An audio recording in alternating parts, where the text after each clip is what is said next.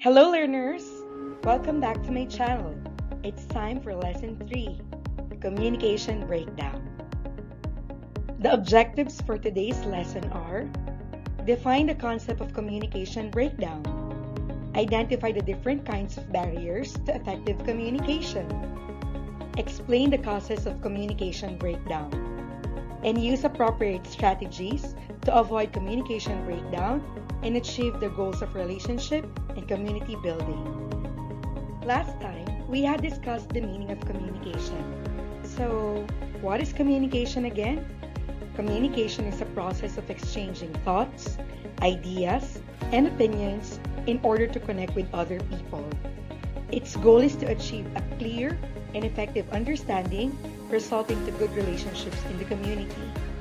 But there are times when the goal is not reached due to certain factors.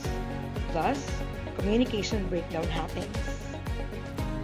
The elements involved in communication are important in the success or failure of this process. These elements are the sender, message, receiver, feedback, noise, which can pose a threat to the efficiency or effectiveness of the process. Communication breakdown may occur when problems in any of the elements involved arise. Communication breakdown occurs because of the barriers that may interrupt the process.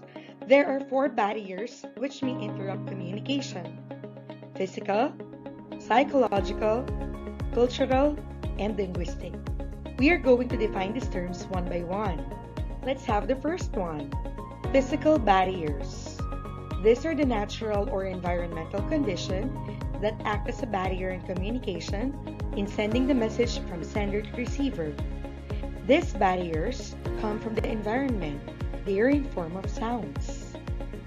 Some examples of physical barriers are startling noise from neighbor, people talking in the background, deafening cheer of your friend.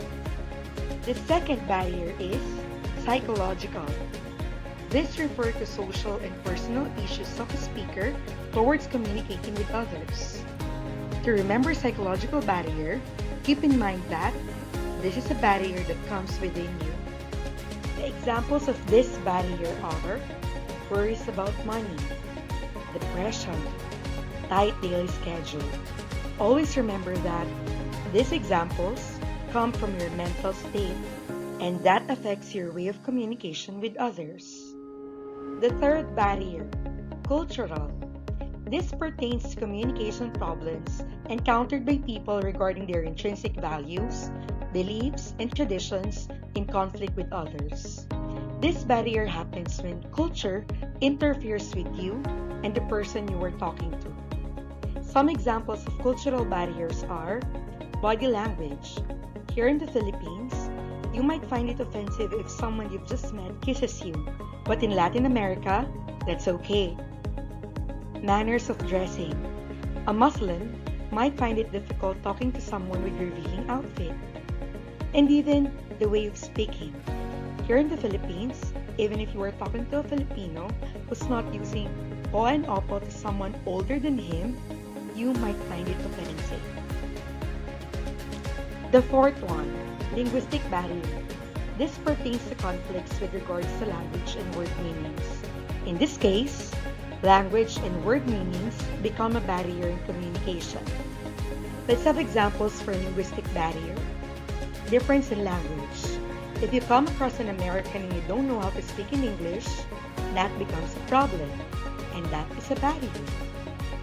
Accent and dialect. Accent is a way of pronunciation. If you are talking to a British and you are using an American accent, the British might not understand you. Dialect. Dialect is a variety of a language. Here in the Philippines, there are lots of dialect. Pangasinense, Kapampangan, Chabacano, Tagalog are only some of them. If you are talking with someone who has a different dialect that you are using, that becomes a linguistic barrier. Use of jargon and slang. Jargon is a specialized word or expression that are used by a particular profession or group, which makes it difficult for people to understand. Example, stat in the medical field. If you are in the hospital and the nurse tells you, Call the doctor, stat. You will just look at the nurse because you don't know what stat is. Stat means immediately. So the nurse is telling you to call the doctor immediately. Another example is best practice. It is used in the business field. If someone asks you what are the best practices of your business, you might just look at the person because you're just an owner and you're not familiar with your field. Best practice means these are the commercial procedures which are very effective to them. On the other hand, slang becomes a problem because slang is a language that uses words or phrases which are very informal. I know you are very familiar to this because you commonly use them when posting in your social media sites. Example, low-key and high-key. Low-key means keeping it a secret, or high-key, letting everyone know. Flexing someone. When you flex, you are proud of the person. To ghost someone. Ceasing communication without a warning. That becomes a problem. Then, speech defects. It becomes a problem because the person you are talking to might not understand you. Like when you have aphasia, or when you are stuttering, or when the person you are talking to has hearing loss. The man I am presenting here is Randolph Verderberg. In 1991, he gives a similar idea of barrier when he classifies noise into three kinds. These are external, internal, and semantic noise. I will discuss to you these three types of noises, and you are already familiar with this because they are similar to the barriers I had just presented. External noise. This refers to the sight, sound, and other stimuli that draw people's attention away from intended meaning. So, what are those which draw us from the intended meaning? Noise from vehicles, singing at the neighborhood, visual aids in front of the classroom. Please keep in mind that external noises are not the only things we hear, but even the things we see, because external noises keep us away from understanding the intended meaning of the speaker. Internal noise. This noise refers to thoughts and feelings that interfere with meaning. Example, confrontation with a friend, fear of speaking in front of the class, racial prejudice. These things are internal noises because it comes from our thoughts and our feelings. We can't communicate properly because they affect our communication. Or if it's not us, maybe the person we are talking to. Semantic noise. This is the alternate meanings aroused by a speaker's symbols. This happens when the person that you are talking to has a different meaning in his or her mind. Why does this happen?